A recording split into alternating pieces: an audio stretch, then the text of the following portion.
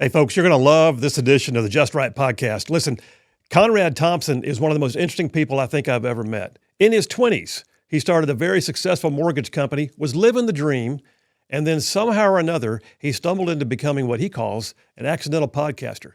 He is now the world's largest podcaster for professional wrestling. Major stars on his show all the time. Oh, by the way, he was recently inducted into the Pro Wrestling Hall of Fame, and he's never stepped inside the ring. It's the coolest story. You're going to be inspired by it. You're going to be basically trying to figure out how to do more of that yourself. All of it is what I would call just right. Y'all stay tuned. Yeah, let's do a show. 1, 2, 3, hey!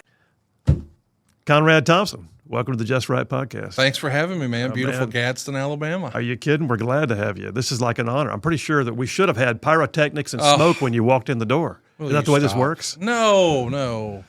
All right, let's talk. I'm going to do a quick introduction. Okay. Let everybody know who's sitting here with me. So, you're just an everyday guy. Yep. Is what you portray. Well, that's real. However, you run a mortgage company. You've been doing that for a long time. Yes, sir. We'll talk interest rates later.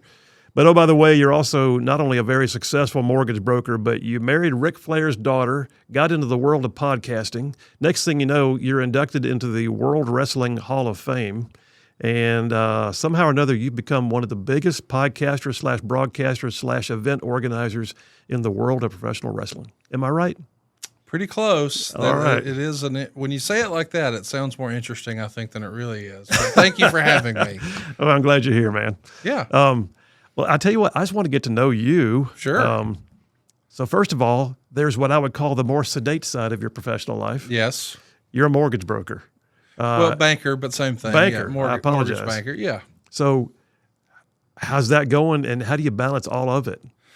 A great support team. You know, I've started doing it August 27th, 2001. So just a couple of weeks before 9/11. Oh, wow. And I had just turned 20. I'll turn 44 later this year, and that's all I've ever done. So I've done mortgages longer than I was alive without mortgages, even through grade school. So it's kind of all I've ever known. But I started advertising a lot in the Huntsville market on radio and television in 2009. And I expanded to Nashville in 2010 and 11 and Chattanooga after that. And then somehow, some way became an accidental podcaster in 2015 with Ric Flair. And in 2016, he introduced me to his daughter. And in 2018, we got married. And yeah, it's a pretty crazy story how it all sort of dovetailed together. I mean, I thought that my life was eclectic. But then I reviewed some of yours as I got ready for today, and I thought, no, I got nothing. Well, it has been an interesting life, but what's interesting to me is that you and I are 1 degree separated, that my best friend in life, the guy who actually performed the ceremony between me and my wife, was a guy who I think you were kind of like his youth pastor of sorts. I was, absolutely. Yeah. Yeah. How fun is that? Casio Kid, shout out. Casio Kids, shout out. We love you still. Yes, absolutely. And what's kind of cool is I made the joke earlier that tell him I've still got pictures, but then again, he may come back and say, tell him I got more. I love that. I love that. Pictures when he had hair. That's it wouldn't exactly even look right. like him. He's got plausible deniability. That guy's got hair. That's not me. Hey, listen, so on the mortgage broker side of you still do that though, right? Oh yeah, every day. Yes, sir. I said broker, it's banker. But no difference. I help families get into mortgages. I help people realize the dream of home ownership and then understand that they can reorganize their debt. Like right now, there's a lot of families who are struggling because, as you've probably heard, credit card debt is at an all-time high. Yeah. At the end of January, a report came out that said that America had $1.21 trillion in credit card debt. It's never been that high. No. And if you take a look from the pandemic to now, it's almost like a hockey stick. It's just through the roof. And I think the reason that is because people are hesitant to refinance out of their low-rate mortgages they locked down during the pandemic. Yeah. So they'll say things to me, Phil, like, well, you know, I'm rate sensitive, so I'm not going to refinance at a greater rate. But I almost challenge that, Phil, respectfully to say, how rate sensitive are you really if you've maxed out a credit card at 31%? Yeah. Like once you owe it, it's up to you to figure out how to pay it back. And not only is the interest rate you have on a credit card astronomically high, but the interest you pay on a credit card is not tax deductible, whereas the interest you pay on a mortgage is. So if you could get a cheaper payment and a greater tax deduction, improve your credit score, give yourself more room on that credit card in case something disastrous happens, and lower your monthly payments in the process, how do you lose? But a lot of families just don't really understand that, and they're just taught to think, well, I got a great rate on the mortgage, I need to leave that alone. But it's impeding their ability to take their kids to the movies or go get ice cream or just life. So you've actually done this for a bit. I can tell by the way you verbalize it. It Sure. comes right on out. And I guess, too, let me ask you this, because I'm going to chase a rabbit for a second. We all watched the economy over the last 4 years, just the cycles of just craziness, 40-year high inflation, COVID pandemic set the rates low, trying to get the economy back, stimulation money being thrown in. Just it was madness. Yes. It was cats and dogs living together. It was all of it. Are you seeing people returning to the table, though? I mean, that conversation you said you can have with people on a regular basis. I do a lot of real estate law. You do the other side of it. You're the Yes. lender side. Are you seeing people coming back to the table, so to speak? A little bit. I mean, the people who are in a bad place or life has dictated that they need to make a move. Yeah. So unfortunately, maybe there's a divorce or a loved one passes away or there's an empty nester or someone retires or they lose their job. Those are the type of people who are making moves right now. But people are still buying houses. People are starting a new career and they're excited to have a fresh new start in a new town or a new market. And their life has dictated that they have to buy something else. But I look at here locally, you think about Huntsville, Alabama, there's over 500 jobs that have been announced, and there's rumors it's more, that will be coming from the FBI down to Huntsville. I mean, Cash Patel was just there last week saying we hope to bring a lot more than just those 500 jobs. Well, that means there's 500 families, moms and dads, usually a two-family income or two-income household. They've now got to relocate their whole life to Huntsville, Alabama. Now, you and I know Huntsville's awesome, but this wasn't anybody in D.C.'s original plan. No. Like they have jobs, like probably only one of those people work for the FBI, but the other person has a job there. They're also going to find out they can buy a lot more house here than they can in D.C. Absolutely. But some of them never owned a house, and now they'll be able to. But are people going to rush to buy their existing house in D.C.? See, that's the problem is they've got to sell a house there at the same time everybody else is leaving D.C., so now there's more inventory than ever before. Are they going to be upside down? Yes, their dollar goes further in Huntsville than it does D.C., but if they've still got a mortgage hanging around up there, boy, it's a real challenge. So we've got to get some sort of relief with interest rates. I believe this firmly. As interest rates go, so does the economy. Yeah. You know, if we can get real estate moving again, our economy will fix itself. So much of what our economy in America is based on is our single biggest asset. And for most families, that's their house. And so they're not really putting that big asset into play. The economy isn't at full scale. So I think there's pent up. Think about if you had a crank and a water hose. That's what we've got right now. Yeah. You've got a ton of folks who want to buy another home. Their current home no longer suits their needs, but they're not going to let go of this great rate. And they know that home sales are slowing. I mean, there's more listings on the market. There's more inventory than there's been in a while. But by the time, we unkink that hose with low interest rates, we're going to be back in a 2020 situation where we have more buyers than we have inventory. Those prices will come back. So I do think now, if you're a savvy investor or if you're willing to see what's coming, interest rate relief will be there. You can still get great deals on homes right now. If you wait until the rates are better, you will have missed it. I mean, you remember how crazy that was? Multiple offers the same day. It was bananas. We were doing 5, 6, 7 closings a week in my small firm, and it was in a market, by the way, where I'm at right now that is not Huntsville, Alabama, right? Which is not a depressed market by any stretch, but the refinance especially was going through the roof with the rates. Yes. All right, so let me ask you this: I can hear the passion in your voice. It's obvious you love what you do and you're a professional at what you do. Which one's more fun, this or the podcasting wrestling side of your life? Well, listen, that's hard to answer. Just me and you talking. Which one's more fun? The figuring out how to structure a deal is fun. Laughing and cutting up with my buddies, telling inappropriate jokes to make people laugh about old wrestling stories, that is more fun. Yeah. But there's nothing more rewarding than feeling like you had a meaningful impact on someone's life. Yep. And I realized that we can do that with the mortgage business. I mean, I routinely help people experience, a $1,500 a month savings. I mean, that's like they had a second really nice part-time job, because that's like net dollars. So think about how much you would have to earn in order to bring home $1,500. Like that allows families to do more for their kids, for their moms, for their dads, be more, active in their community. Just relief and peace of mind. That's what it's about. So I guess in essence, I'm going to paraphrase slightly, but do you feel like you're helping people no matter which side of your professional life you're on? I do. I mean, whenever we do live events on the podcast side, I always do a meet and greet before. Me and my co-host would do like a VIP meet and greet, and you'd be surprised how many people get emotional at the table when they say, "Hey, man, when my mom died, or my spouse died, or my son was diagnosed with leukemia, I needed an escape." And just listening to you guys talk about old wrestling brought me back to that place when I was a young person and watching wrestling with my grandfather or whatever. So just stirring up those feelings of nostalgia and giving people a fun distraction does have value. Sure it does. But I'm not interfacing with those folks on a one-to-one basis as often as I am the customers and families that we serve on the mortgage side. Well, you mentioned old wrestling. Yeah. All right, so I'm an old guy.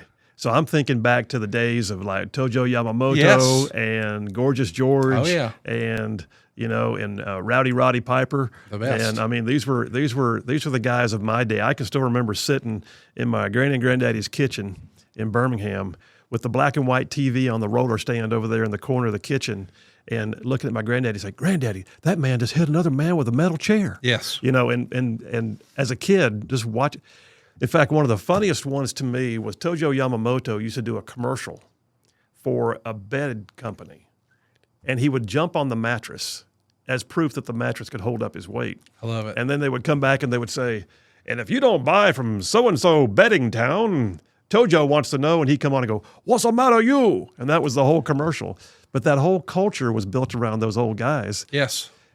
But over time, it became far, far more than what we used to watch in the small arenas on the black and white TV. Yes. I mean, it's a multi-billion-dollar sport now.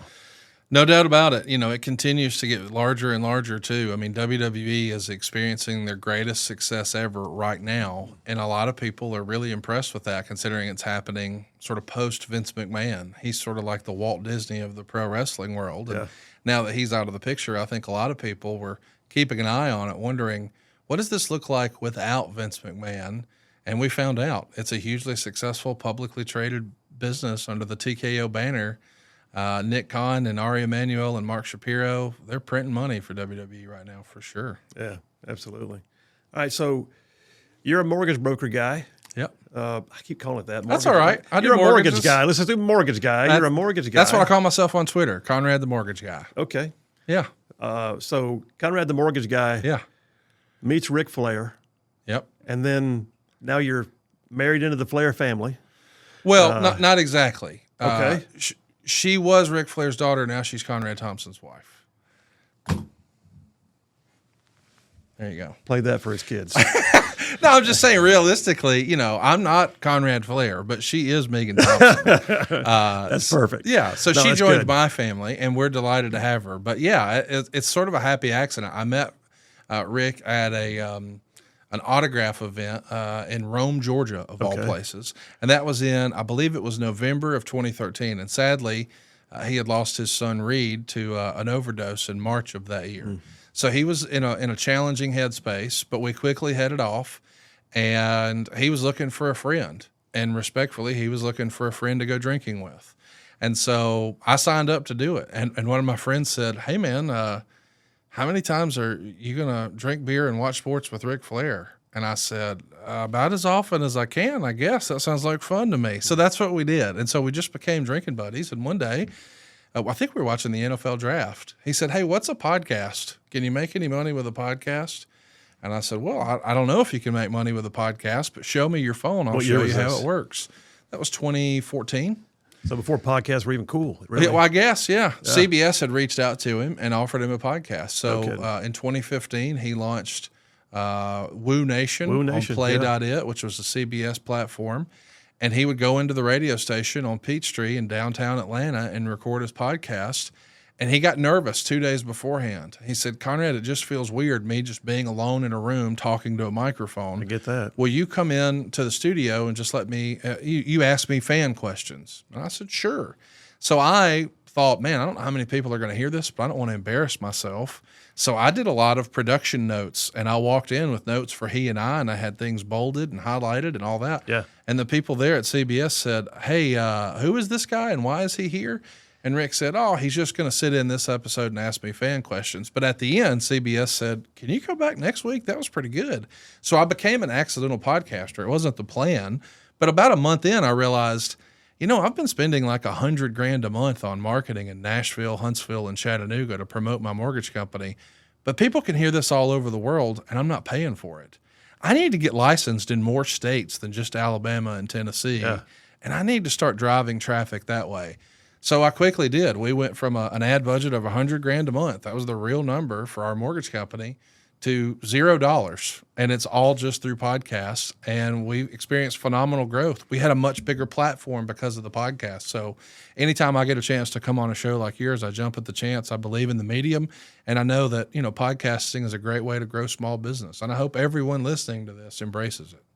Well, and I appreciate that, and I agree. And in fact, I would call myself somewhat accidental and late in life too. That point, I got a call out of nowhere. Would I do a radio show? That's the stupidest thing I've ever heard. And next thing you know, here I am, radio, podcasting, and all of it. Yeah. And really watching something grow. And I'm like you. I'm a dual career guy. I've got a law firm, and yet I don't know which one I spend more time on. To be honest with you. In fact, I probably really do. Here I am sitting with you. But the truth of the matter is, it's a hoot, and you get to do what I call impacting culture. Yes. And that's where I feel like my calling is impacting culture, and having an opportunity to be a part of the mix and to express something that other people might go, oh, that's what I've been trying to figure out the words to say. And if I can get that done in a day, I feel like I've done my gig. Absolutely. All right. That being said, let me ask you. So the accidental podcaster, but it didn't just stop with the one. You had Woo Nation, you and Ric Flair. That's right. Which is not currently going now, if I'm not mistaken, right? No, CBS closed Play.it. CBS Radio actually sold. So when they sunset that, Rick and I had already decided, hey, we can monetize this and sell this better on our end if we just take over sales and everything. At that point, we were quote unquote just talent. But I, as an entrepreneur and small business owner, I was like, I think there's more money to be made if we just control it all. Yeah. So I pitched him on, let's just launch our own show independently. And my buddy Dave Green, who I met because he ran the Cumulus Cluster in Huntsville, which features one of your fabulous shows on WVNN, he had moved back home to St. Louis. And I reached out to him and I said, hey, do you think you could represent me as our ad sales guy?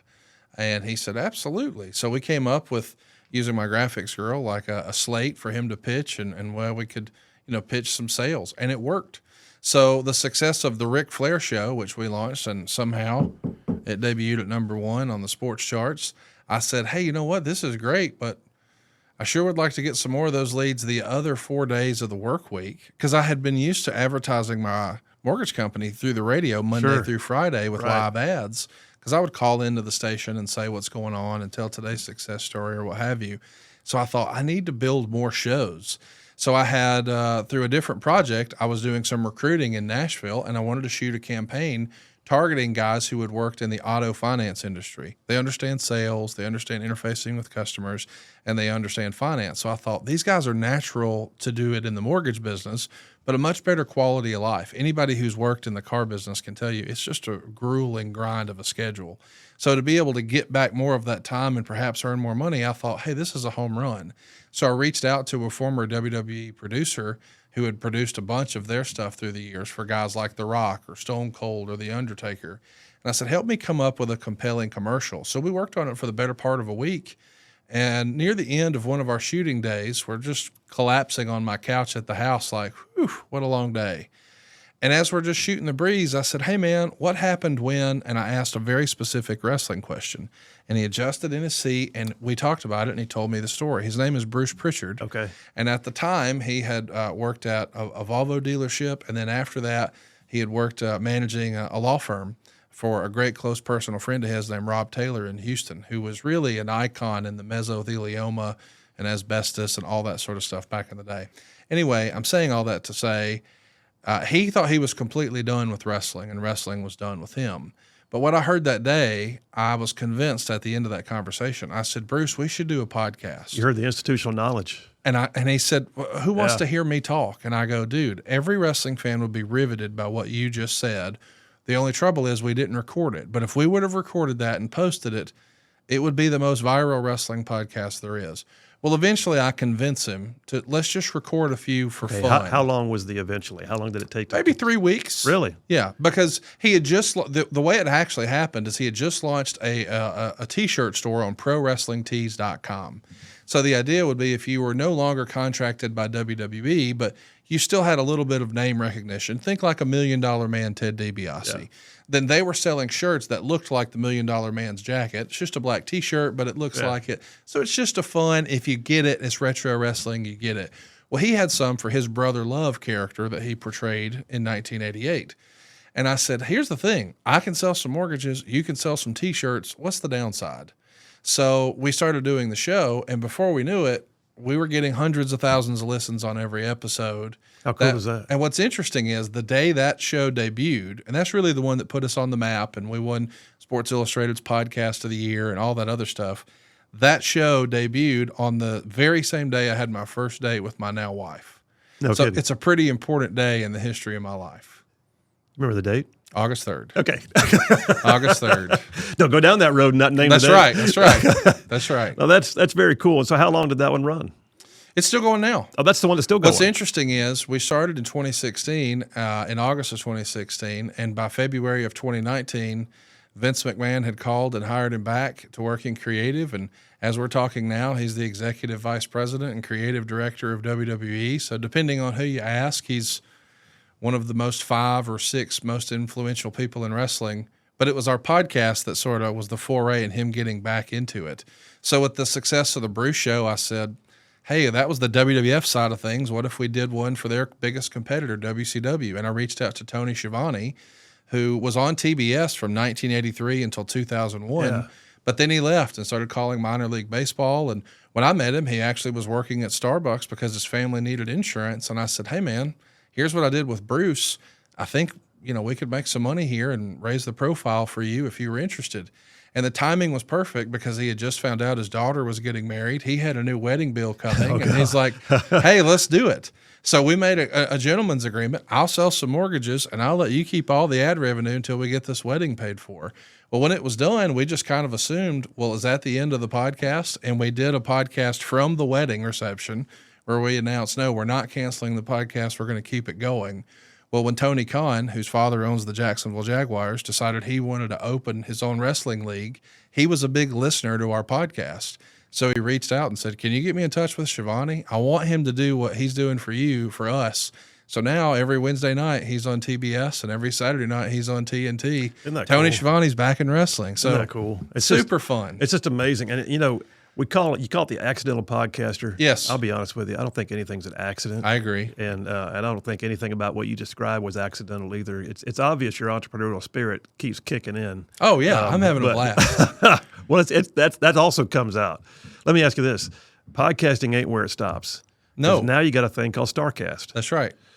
So Starrcast is like legit and brings in people from all over the world and Comic-Con for wrestling. There you go. I mean, it's literally a conference. It's multi-days long, and it brings in all the personalities and the crowds. And you just had one, didn't you? Or did you? We've got one coming up. Coming up. That's right. This July, and right next to where the Cowboys play, it's actually where the Rangers play at Globe Life Field. There's a hotel right in that same Well, how did this start? You lot. went from podcasting, and now you're doing conferences. What's the genesis of that? Well, that's a great story. The major league in wrestling for years and years and years, since 2001, had been WWE and pretty much WWE only. And the leading journalist, we'll call it like what Mel Kiper is to the NFL draft, in the wrestling space, his name's Dave Meltzer. And he has a newsletter called the Wrestling Observer Newsletter.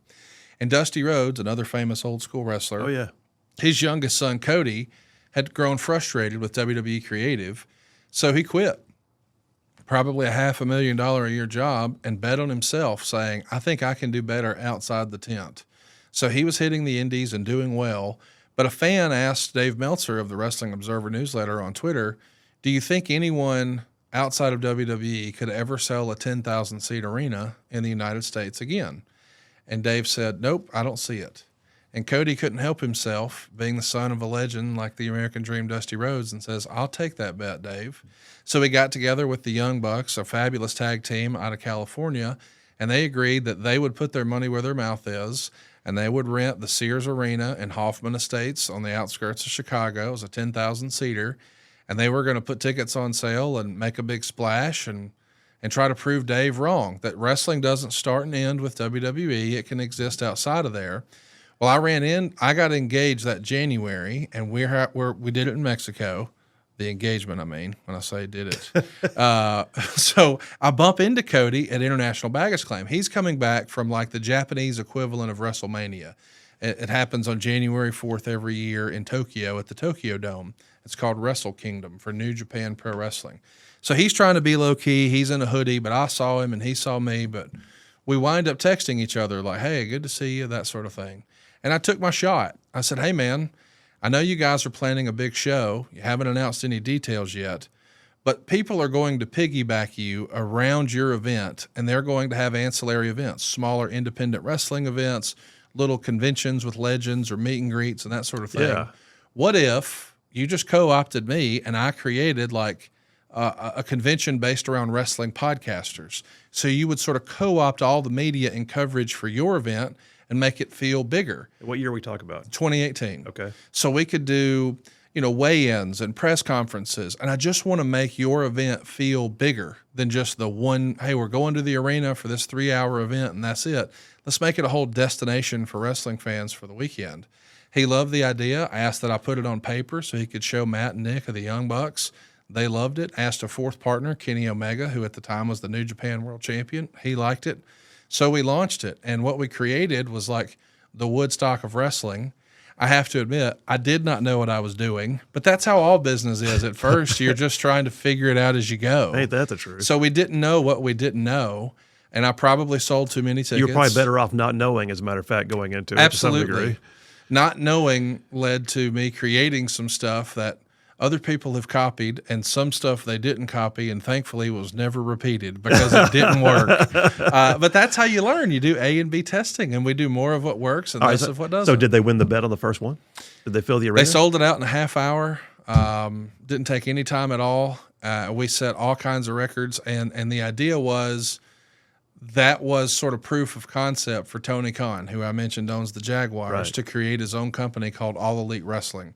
So that happened on September 1st, 2018, and on January 1st, 2019, they announced that Cody Rhodes, Kenny Omega, and the Young Bucks had just formed their brand new company with Tony Khan called All Elite Wrestling, which is where my buddies Jeff Jarrett, Jim Ross, and Tony Schiavone, that I'll do all their podcasts, they're all with AEW now. And I don't know without All In that AEW would even exist. So to know that I was even remotely involved in any of that. And then when Tony did the little kickoff announcement saying, hey, we're creating a new rival league and our top star is going to be Chris Jericho, that was a big surprise because he's a well-established name. Yeah. He wanted to host a rally outside of the Jaguar Stadium in Jacksonville in the parking lot. And he called me to host it and MC it. And I'm like, I'm a mortgage guy from Guntersville. Why am I here? I'm like the Forrest Gump of wrestling. But I got to do it and jumped at the chance. That's what you are. You're the Forrest Gump of wrestling. I am. You don't even realize how much you've touched. You just keep on touching. I guess. You got any Dr. Pepper around here? Somewhere. Right? A box of chocolates. Just want to say this. Megan is not Jenny. I just need to get that on the record. Nothing like Jenny or Jenny. But maybe that makes Casio my Bubba. That's what it is. I like that. It's got to be. I like that. So let me ask you, you went from podcasting, so-called accidentally. Yeah. That grew into more and more podcasting. That's right. That grew into success with launching other podcasts, then Starrcast, and you've also, oh, by the way, had a gig on Vice TV. Well, that was, again, wrestling related. Sure. But there's a fabulous show called Dark Side of the Ring. Right. And before it was launched, they invited Bruce and I into their studios in New York to do a screener of their very first episode, the pilot, you might call it, about Bruiser Brody. And we loved it. And so Bruce and Eric and everybody else I was working with, I sort of closed the gap and helped facilitate some of those guests. And I still do. If I have a number on someone they can't find, and just really believe in what Evan and Jason have been doing with that series. So during the pandemic, there was an appetite for more of that content. So they wanted to do something called Dark Side of the Ring Confidential, where they aired clips that had never been seen before, and we added some more context to the behind the scenes of the creation of that. So they asked us right in the middle of the pandemic to shoot this at the former ECW Arena in South Philadelphia. So Cassio and I jumped in my car and drove all the way up there because we didn't want to fly because this is the COVID era. So here we are slipping around in a car that doesn't have four-wheel drive, driving on iced over streets with really just sheets of ice, hoping, is that the Airbnb they put us up in? Because at the time, we're not even staying in hotels. It was really crazy, but we did it, and it was a blast. And, yeah, I never imagined that I would be on television. Like, guys who look and sound like me are not supposed to be on television. But there I was, thankful for the opportunity. Well, I mean, this has been a cool walk, obviously. Oh, yeah. And still is. I Yes. mean, and I don't know if it's been a walk or a run or both, but At times, both. yeah. But then you got a call in 2023. Yes. And you have now been inducted into the Pro Wrestling Hall of Fame. Yeah, in Waterloo, Iowa. What the heck? I can't believe it. Like, you know, they have an award there called the Gordon Soley Award, who's arguably the dean of professional wrestling, just one of the greatest voices and commentary professionals, play-by-play in the history of wrestling. So he was the first recipient, and the second recipient was what I consider the real voice of wrestling of my generation, Jim Ross. Okay. And when they had a committee and they voted on who should be the next to receive the award, they chose me. And at that point, I had never actually worked for a wrestling organization beyond my WWE Network TV show. And I kind of thought, are you sure? Like, there's so many other worthwhile and worthy individuals. But they asked, and I answered and said yes. And to my surprise, Bruce agreed to come in and give my induction speech and introduce me. And even more added pressure, I thought, hey, I'm the nobody, so at least we'll get it out of the way early, and then we can go to dinner. No, they wanted me to go last. And now it's like you have all this pressure of everyone looking at it. It's like, I'm not even supposed to be here. And like, now for our keynote speaker. Right, and I'm not even a wrestler. I've never taken a bump, as they call it in the wrestling ring. I shouldn't be up here. But I was very thankful and appreciative that last year I was able to nominate, and there was 100% unanimous votes for that Tony Schiavone. How about that? Went in the Hall of Fame, and that was his very first Hall of Fame. And he started broadcasting wrestling in '83. Wow. And to think I may have had a hand in nominating him to go into the Hall of Fame in 2024 was just surreal. So You're just very thankful. you're just gumping again. Gumping, man. You're just gumping the entire I'm time. gumping it. By the way, shout out to Waterloo, Iowa. It's the Thez and Tragos Hall of Fame, the Dan Gable Museum in Waterloo, Iowa. It's going down this July. I'll be there again. This year, Eric Bischoff's going in. So I'm pumped about that. Is there a special jacket? Do you wear like a Ric Flair robe? What do you wear when you go to an award ceremony? No, like that? I mean, I think they want you to wear a suit, but they do give you a cool plaque, and your name is displayed there in the museum. And I mean, just the idea that I'm in a professional wrestling Hall of Fame as the mortgage That is guy. very If cool. you could tell 7-year-old me that, it would blow his mind. It'd be the coolest thing ever. That is absolutely very cool. All right, so you got this crazy life. Did you ever imagine this stuff? I mean, you've definitely got two sides to your professional life. Both of them are still gainful and still going. Yeah. And both of them are still time takers, and both of them you still have people that work for you here, there, and the other, and you're running and gunning.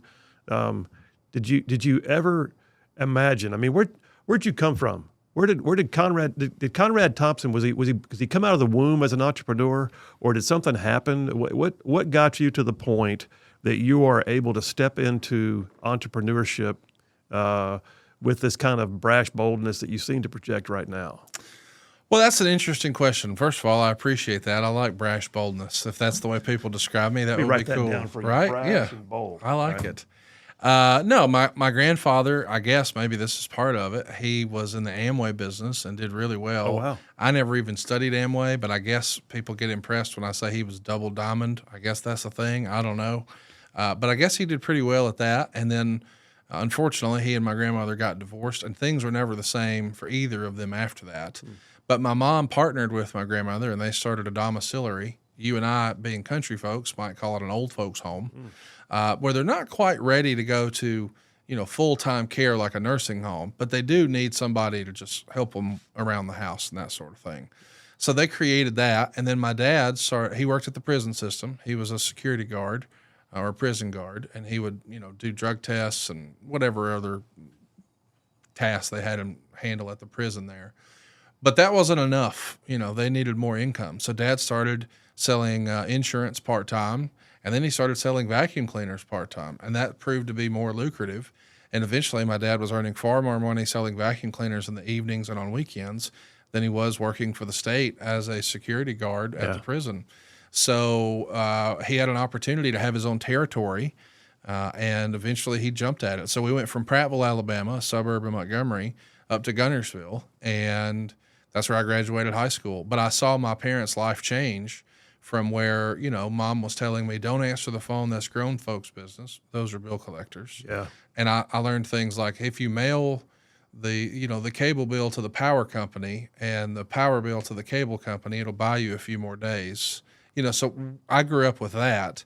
And I remember wanting to be able to do better and provide more for my mom. And so when I saw that become a realization, now we're taking fancy trips to Cancun and we have a 2-story house and an in-ground pool and mom's driving a Lincoln. I remember what that felt like. So I just decided right then, hey, I'm going to be in sales. I want to do sales. How about that? So when I was a sophomore at Guntersville High School, I got as silly as this sentence sounds, a full ride at Sneed. But Sneed State Community College had a program called the Ambassador Program. And if you were chosen to be one of the Marshall County ambassadors through a series of testing and interviews and things like that, they would allow you to go to Sneed. So I did that. And in 2000, Van Scott, who was my business professor, and I had so many classes with him, he said something along the lines of, now, folks, if you keep your nose clean and you keep your head down, some of you in this room could earn up to $35,000 a year. Which sounded like money. But I reached in my book bag at the end of class, and I realized here we are in September, and my year to date is like $60,000. There you go. So I came to Van after the room had cleared out, and I said, hey, I think this was my last class. And he says, are you dropping the class? Because I'd had several with Mr. Scott. And I said, no, I think I'm dropping school. And he said, what do you mean? And I said, well, you said if I keep my head down and I keep my nose clean, I could earn $35,000 a year, but here's my paycheck stub. And he looks at it, and he looked up at me and said, son, you make more than me. Why are you here? And patted me on the arm, and that was it. I never went back. How about that? And before I knew it, I moved to Huntsville because I wanted to be where the people were. If you're in a sales job, you need to go where the people are. Yeah. So living in Guntersville, 6,000 people at the time or whatever it is, I went to Huntsville, rented an apartment, and 11 months later, I bought a house, and mortgages, here we come. Well, so looking back to your family, I mean, I heard a couple things in there. I heard work ethic. Oh, yeah. I heard my pastor said just last Sunday, actually, he said, if we don't quit, we win. That's right. And there was a bit of that mixed in there. Oh, yeah. More than work ethic, it sounded like there was also a tenacious effort to not quit.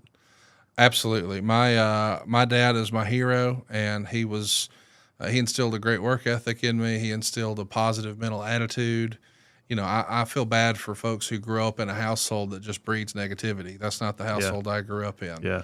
My parents were just drilling into me that I could do anything I wanted. My mom painted a vision for me that one day I'd have Rolls Royces and live behind gates and all this crazy stuff. And then later, as a teenager, Ric Flair did promos on TBS that I was watching on a VHS tape. I'm watching it in 97, but he said it in 87 that he wanted to live in the biggest house on the biggest hill on the big side of town. And he's got a limousine a mile long and blah, blah, blah. So he was talking about swag, as the kids would say in these rap songs today, way back then. And as a 15, 16-year-old, it was like, yeah, that all sounds pretty good. I think I'd like that. And I felt like sales was maybe my ticket there. But I grew up selling, I thought I would sell insurance or I would sell vacuum cleaners like my dad. But then a neighbor next door to our suite in Huntsville at the office suggested that I come sit with him one day, and he taught me about mortgages. And I'm 19 at the time. How about that? I don't even know that I don't know how to spell mortgage. I certainly don't know there's 2 G's in it. I would have never guessed that. But I remember looking at it and saying, okay, Jeff, I get we're saying their payment goes from $1,300 to $900. But if their payment goes down $400, how do we make money? Because as a salesperson, I was used to, think of like the car scenario. If you go buy a new car, you're going to get a new payment. So I'm just thinking, wait a minute, we're not charging them more, we're charging them less. Where's the margin for us? I couldn't wrap my head around it. But once I realized, oh no, it's based on the loan value. So you're making your commission on their $300,000 mortgage. Well, as a guy who had been thinking about selling $1,500 vacuum cleaners and making a commission on that, it was like, oh, this could be quite lucrative.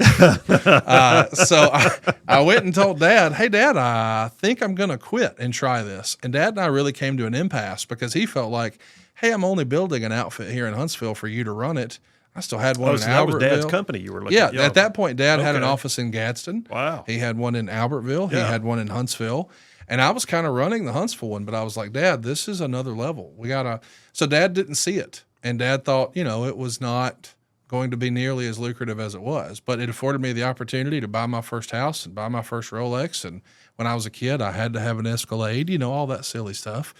So about a year later, Dad was like, so how do you make money with this? So eventually I got Mom in, I got Dad in, I got my cousins in, I got my uncle in, and I started First Family Mortgage because it really was everybody, my sister's here, everybody's here. So it was a fun way to sort of share that with my parents. I mean, their lifelong dream had always been to own a place in Panama City. And as I'm sitting here with you today, I can say they did it. And it was because of the mortgage business. So it's all been a positive, really fun story, man. How about that? That is way cool. Well, listen, so all these different parts of your life. Yeah.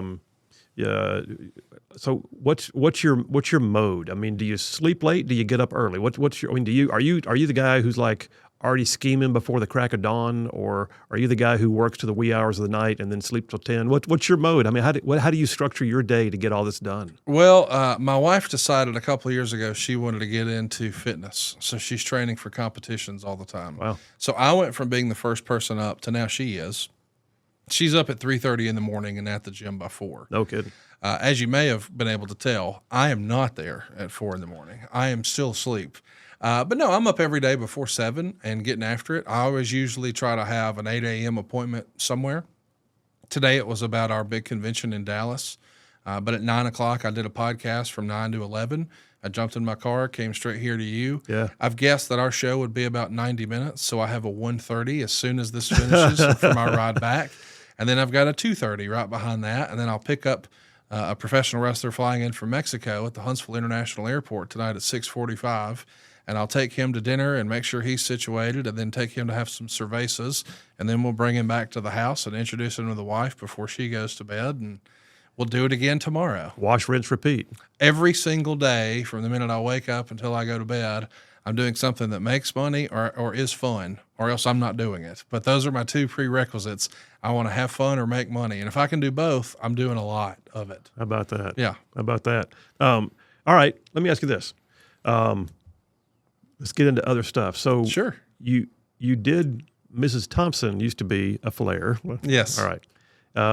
You met Ric Flair. You told me the story. Y'all were drinking buddies and all that kind of stuff. Mm-hmm. But then you started doing a podcast together. So I'm sure that not only did you get to know him, but then you really got to work with him as well to some Yes. degree.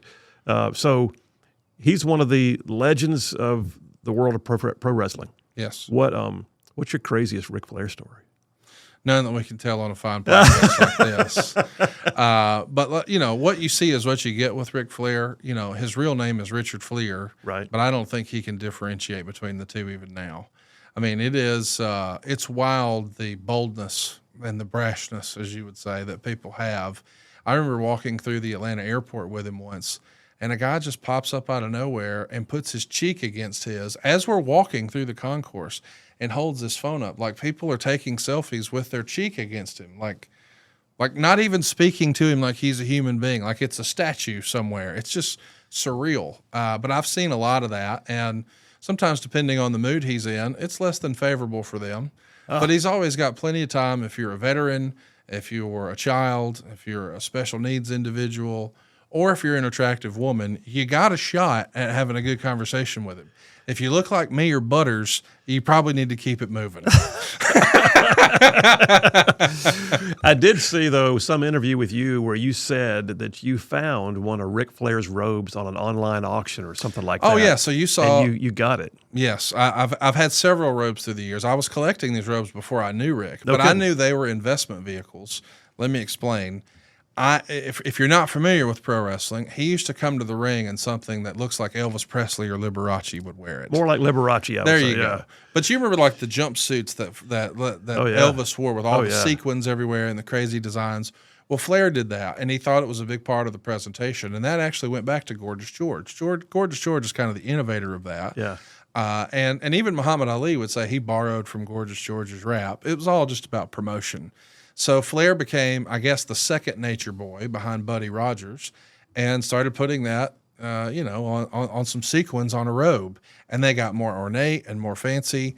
But then one day I'm just scrolling. I'm a sports collector. So I have like an old pair of Ali's trunks and Tyson trunks. And I've got Joe Montana's jersey and just lots of silly stuff like that.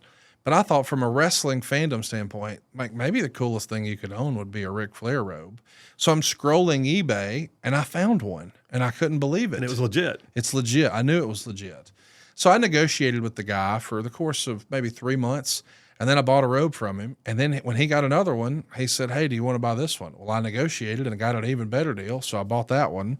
So through the years, I've probably had 12 different ones, but there was one that always eluded me. One that was my really first impression of Rick is when he first came to the WWF in 1991. He showed up in a black robe with white feathers and it had silver butterflies on it.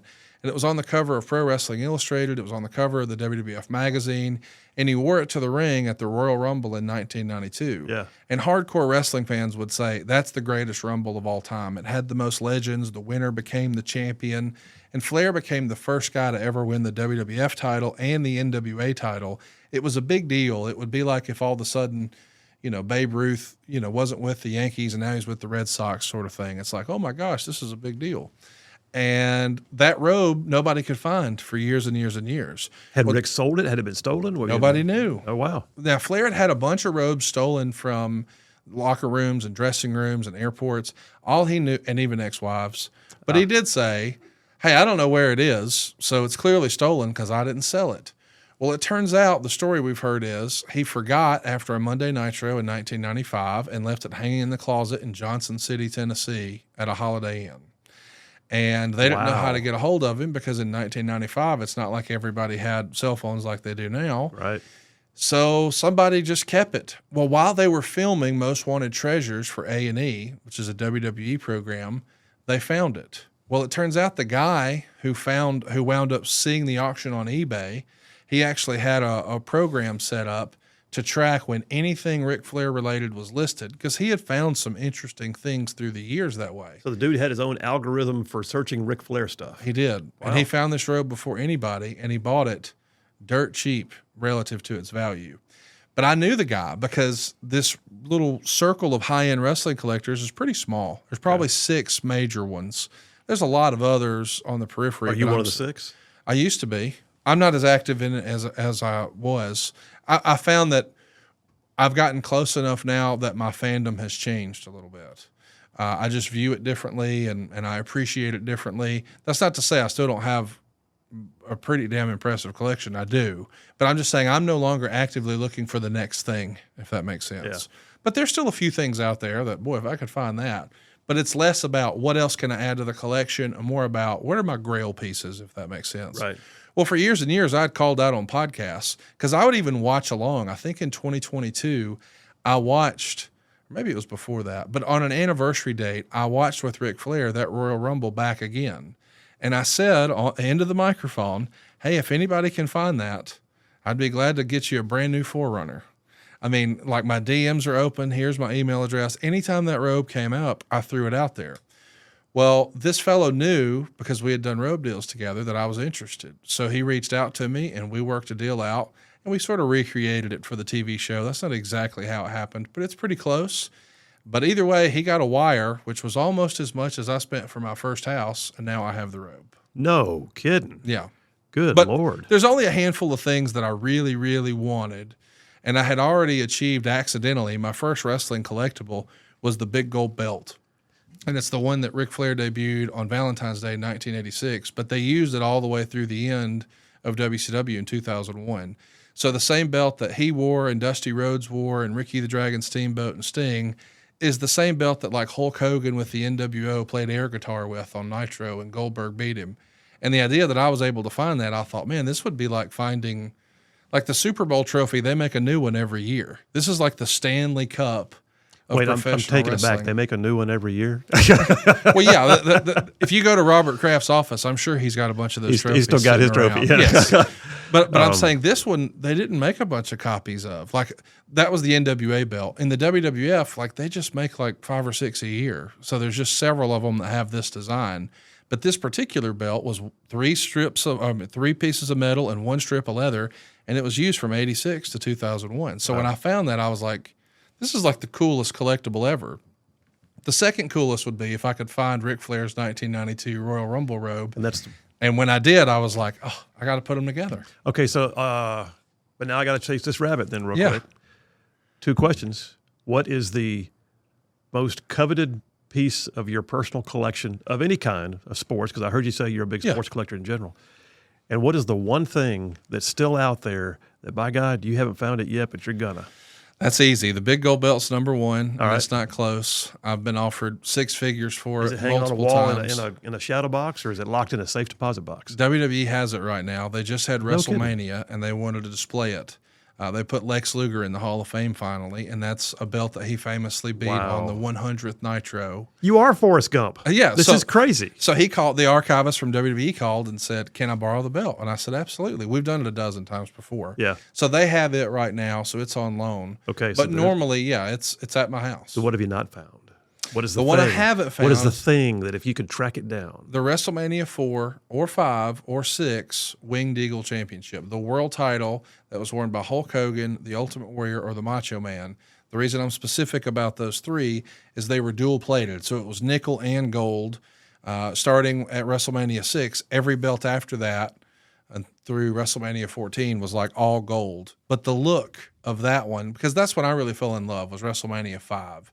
The first WrestleMania I saw was on a double tape VHS at my grandfather's house. Once upon a time, we used to go to like movie gallery. Remember those days? Man, yeah. And so that's what my parents did. They were like, hey, this is a double tape set. This will be a heck of a babysitter for our 7-year-old annoying son. So I got to watch WrestleMania 4 and fell in love with pro wrestling. I had never seen it before. I was a G.I. Joe He-Man guy. So now to be able to see this was like, this is like a real life cartoon. I'm in. So if I could have the world title that one of those guys held when I first fell in love with wrestling, that would be it. But I've never found one person who has one or can even say they've seen it. So it's still out there somewhere, but I'll find it eventually. Time's on my side. Can you find me the glasses that Roddy Piper wore in the movie They're Here, and that shows him where the aliens They are? live. They live. That's Yes. right. They live. I might sorry. be able to find that. No, seriously, there is a niche collector. I know 2 people who would know where that is. No kidding. Yeah. The Underground Railroad of Wrestling Collectibles. Here I am as the Forrest Gump of that too. All right, let me ask you a couple quick questions about your knowledge of the wrestling industry, shall we say? Sure. Massive stage events. Has there ever been a time, because I like we had the thing with John Cena just had the big event, right? Yep. WrestleMania. It's like his closing, like the closure of his career, correct? He's announced this is his farewell tour. His last day in the professional wrestling business will be December 31st, 2025.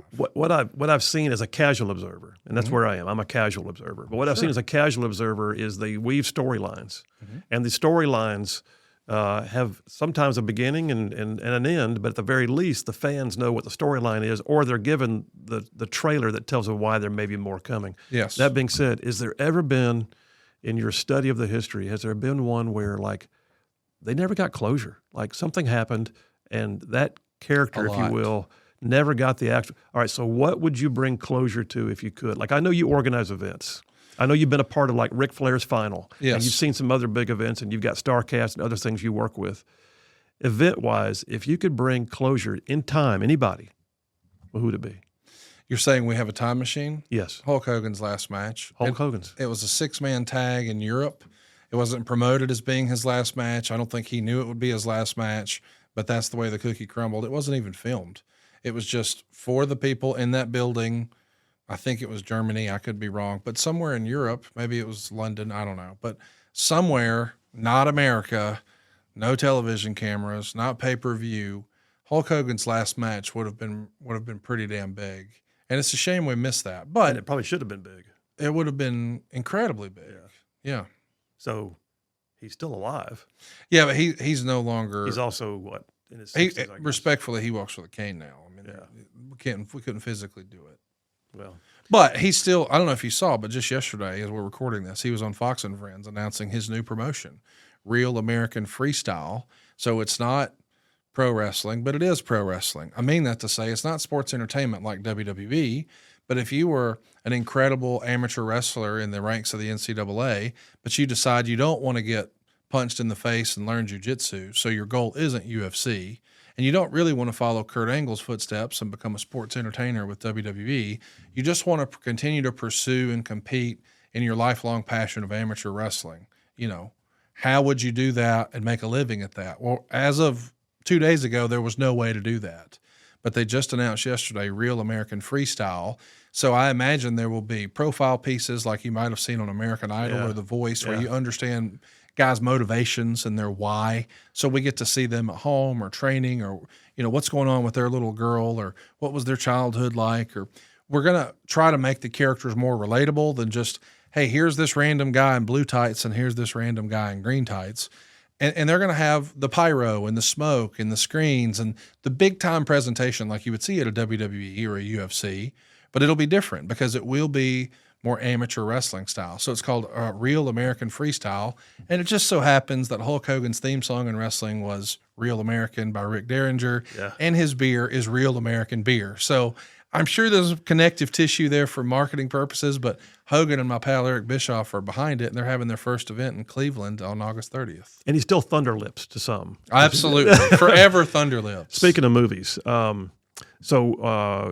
you've seen it, to me, one of the saddest movies that had a genuine sense of feel to it would be The Wrestler with Mickey Rourke. Yes. You seen that one? I have, yes, sir. Does that have a sense of accuracy to it? In A million percent. Really? Yeah. Tragedy story, for those who don't know, of a guy who had trouble leaving behind his wrestling life when his body wouldn't let him keep up, and other events in life, as a matter. Well, yeah, specifically, he put wrestling in front of everything. Everything. Including marriages, including his responsibilities as a father, his financial well-being, his own physical well-being. It was his identity. It was. And he lost everything else because of it. And he couldn't let go of that feeling and the dream, and he hung on too long. And I think, you know, that was the reality for a lot of professional wrestlers.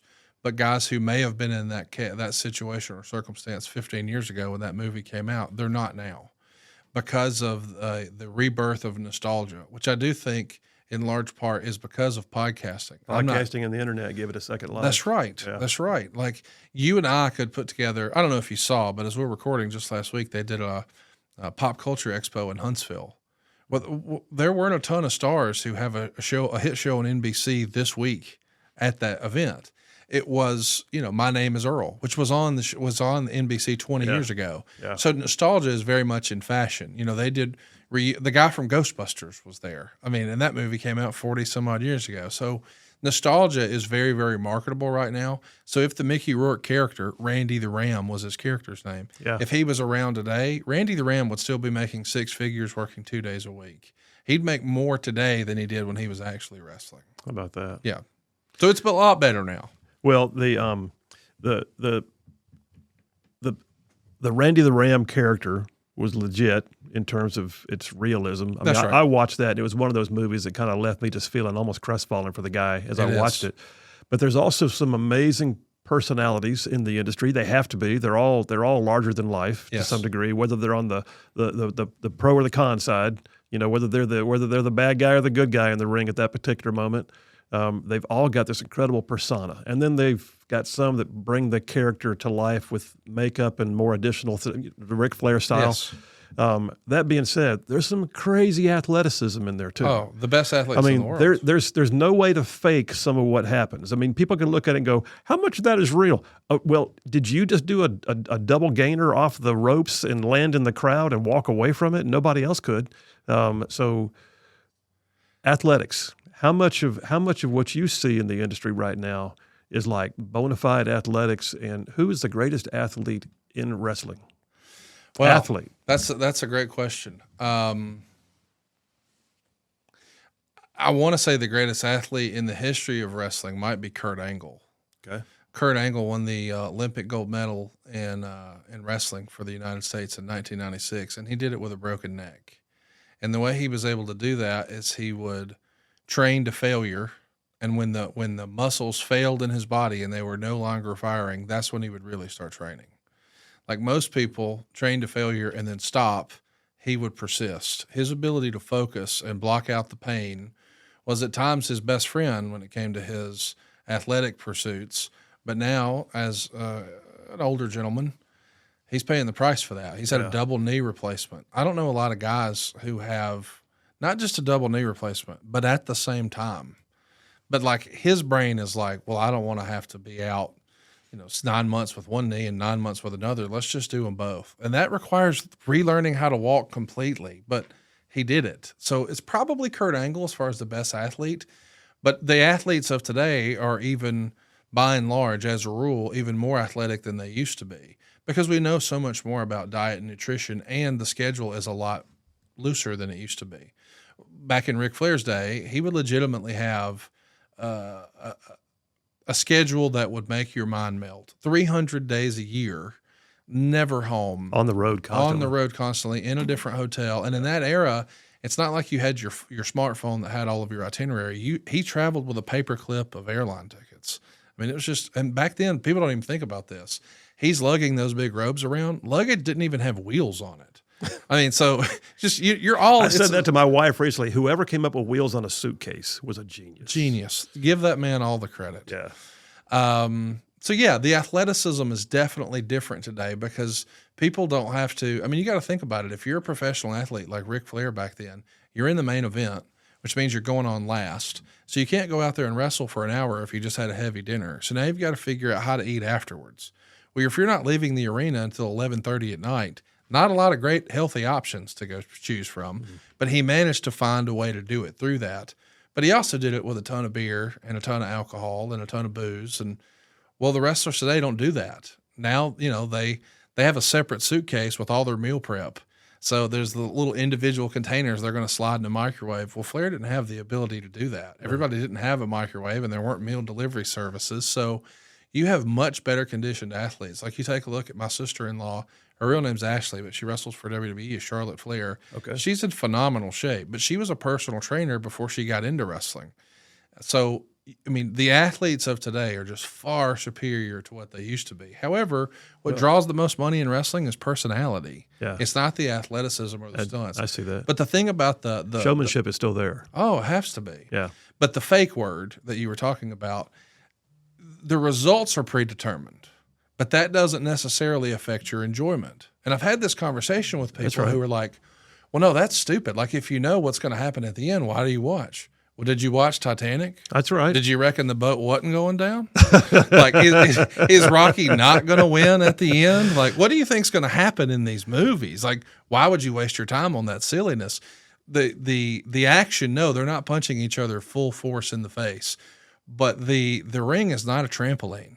It's reinforced steel, crisscrossed, and then with wooden slats all along it. I'm talking about like the wood that's in your house that holds it up and keeps it from caught. Now, there's got to be a lot of ice packs and Bengay after each one of those rounds. It's unbelievable. They did a study on this a few years ago on the Science Channel, and they said that every bump, so when a guy just falls flat of his back, they teach you things like you want to throw your arms out to distribute the weight so you don't just take it all in one spot. You want to tuck your chin so you don't give yourself a concussion, things like that.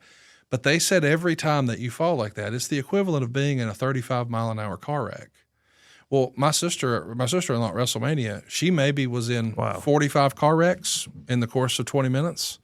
Like, when you just think about it that way, it's like, okay, I get it. It's different. Well, I mean, so my version of relating to that is I was a paratrooper. Yeah. And I've got 3 fused vertebrae in my neck. Oh, wow. Even though I was trained how to roll. Yes. And every single jump was to some degree widely controlled, but there's no way to account for everything. That's right. And that tree comes up and you don't have a thing to do about it. You just got to land. And, so I am certain that there's guys who are walking away from rings who aren't going to be able to wrestle the next night at times from what I've been watching. Oh, absolutely. I mean, Adam Copeland, who used to wrestle for WWE under the name Edge, he did an interview earlier this week, and he says after a match, he's around the 50-year-old mark. And he says after a match, it takes him around 2 weeks before he starts to walk normally again. God almighty. Hulk Hogan, before he gets out of bed, it takes, I've heard, up to 30 minutes for him to get out of bed. People don't think about this because Hulk Hogan wasn't necessarily known for having these really spectacular moves like you were talking about, a double gainer off the top rope or anything. But what he was is 303 pounds, and he'd get a running start, jump as high as he could, and then fall directly on his spine doing what he called a leg drop. But that's how he won all of his matches. He'd hit a leg drop. Yeah. When Abe got 303 pounds, just pounding, driving right in. He did that in the Rocky movie. Yes, he did it in every match he ever had. And at the time, that hurts a little bit. You're not thinking about all the pressure that puts on your spine and the stuff in between your different vertebrae. I mean, he's probably had 24 back surgeries. And it's from that one move that all of us would say, well, that's not that spectacular looking. I would challenge you, go watch Dale Earnhardt's last race. His wreck was not the most spectacular looking wreck you've ever seen. Yeah. But the back injury is not one to fool with. So, but you bring up a point. So Dale Earnhardt's wreck resulted in some additional safety measures being added. Yes. There are now head straps. There are things in place that NASCAR will not let you race without. So have there been times when somewhere in the industry someone said, look, no more of that? A ton. So you used to see, like you said early, hey, if I used to see a guy hit another guy over the head with a steel chair. That doesn't happen anymore. There's no. We're very conscious about CTE. We didn't know what we didn't know back then. Yeah. So there was once a point of pride where guys wouldn't even want to put their hands up to protect themselves. They thought it made you look weak or less than. You're less of a man. You just grin and bear it. I mean, I remember playing football as a kid. They'd say, oh, you got to rub some dirt on it, walk it off. I mean, I remember smelling salts on foot. Those guys were concussed. And we're hoping we can just send them right back. We didn't know any better, but now we know better. So now there are things like concussion protocol. There's been guys who've had their ring career cut short because they had, something different with their heart that years ago they would have never even tested for. So wrestling has gotten a lot better about protecting the performers within it. And that's the only way to preserve the industry, really. Absolutely. All right. So I tell you what, as we wind down our time, I got a couple more for you. Sure.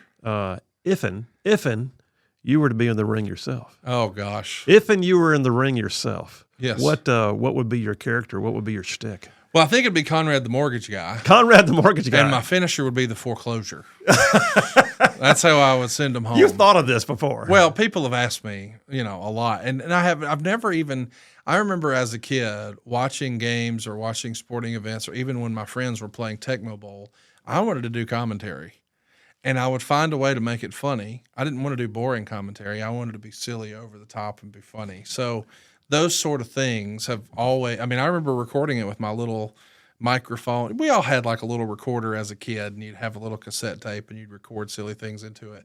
So, I remember doing all of that as a kid, and never did I ever imagine I might actually get paid to talk into a microphone. That seemed crazy. Yeah, that is crazy. It is. But here we are. Here we are. All right.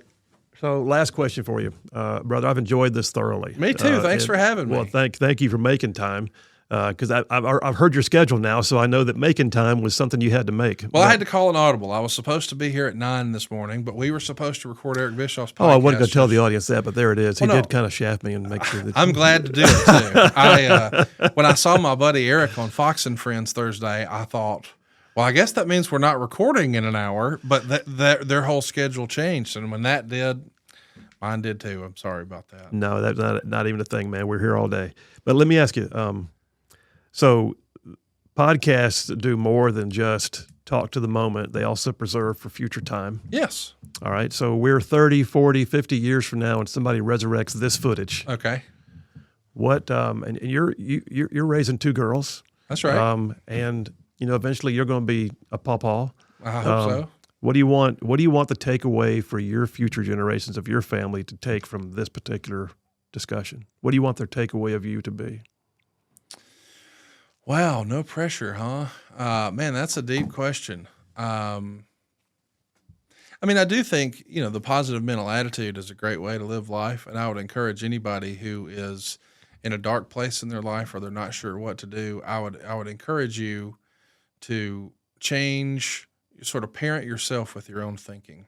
What I mean is, Zig Ziglar has a fabulous clip that's widely available on YouTube that someone ripped off and uploaded, and I guess they didn't monetize it, so they never took it down. But I remember hearing it as a kid when I was really trying to cut my teeth in sales, and it's the Prime the Pump story. Have you heard that before? I think I have, but go ahead. The idea being, if you were in rural Mississippi as a door-to-door salesman like he was once upon a time, you might find yourself thirsty, and you might need something to drink, and you might find a well, but as anybody who's ever worked on a well knows, you really got to prime the pump before that water will start coming. Sure.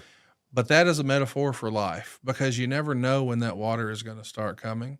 So you just got to really give it your all and keep pumping and keep pumping and keep pumping. But if you give up, the water just goes all the way back down to the bottom and you'll never get the water.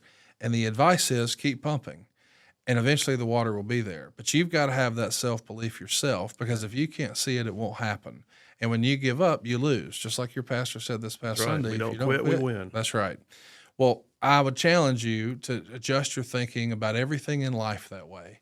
It can't be like, hey, make me the manager and I'll start showing up on time. That's not the way life works. You've got to put in the work and then you'll get the reward. And you've got to really believe that. But how many kids would have gotten a full ride in school if they'd have studied for just one more hour? No doubt. How many people would have set a sales record and been able to afford that new boat that their wife wanted or whatever if they'd have made just one more sale? I mean, that's the idea and the mentality. And I've tried to with everything I do. I do have goals, but I believe in daily goals. I think an annual income goal is a demotivator. I think people get overwhelmed with it. They get in their head and they get negative. And a lot of things happen. Let me give a mortgage example. We may have a deal fall apart because, someone has a lien on their house we didn't know about. But a company like you may show me a title that says, oh, here's something I didn't know about. Well, my deal may be dead. And I've worked on this deal for 3 weeks now, but now it's dead because there's a title issue. Or it may die because I send the file into underwriting and a tax return is not exactly the way an underwriter wants to see it. My processor and I saw it differently than the way the underwriter does, and my deal is dead. Well, both of those deals died, and it wasn't necessarily because of me. Like I didn't make the tax return bad. I didn't put the lien there. I did everything I was supposed to do, and it didn't work out. Now, I can choose to have two reactions to that. I can fuss and kick and scream and say life's not fair and this sucks and play, oh, pity party, woe is me victim. Sure. Or I can say, you know what? I should have just called another one. So I no longer focus on how many loans I close. I focus on how many conversations I start. Because sales is a contact sport. The more contacts you make, the more success you'll have. No but doubt, yeah. Nobody's ever, the heaviest thing in your office to pick up is that little square rectangle called a phone. I mean, you pick that piece of plastic up and put it to your ear and things will happen. But success is not looking for you. You got to be looking for it. So I would encourage everybody who's in a place where they're lost in life, and I'm not just giving a sales metaphor, I mean about anything. If you'd worked on your marriage a little more, if you'd worked on your relationship with God a little more, if you'd have read one more book, if you'd have spent one more moment with your son or daughter or whatever it may be, what's wrong with trying to give a little more? And that's what Zig Ziglar taught me when I was a kid, and that's the reason here I am trying to fit in a trip to Gadsden on a random weekday. I want a little more. Brother, I don't know if I could take much more than that. That is good stuff right there, and Thanks I for having appreciate your me. time. You do good stuff, and I thank you for making time for Right Side. Thanks for having us, man. I really appreciate the opportunity to come in, and it just tickles me to no end that we both know Cassio. How's that even possible? Tell him I still got pictures. I think he might too. Hey, hope you guys enjoyed that one. Listen, check out our YouTube channel. Find us at Right Side Media. We're also on all of our social media platforms, and you can also find us at rightsidemedia.org. All of our content, just click subscribe, follow, or like, and we'll see you next time on Just Right.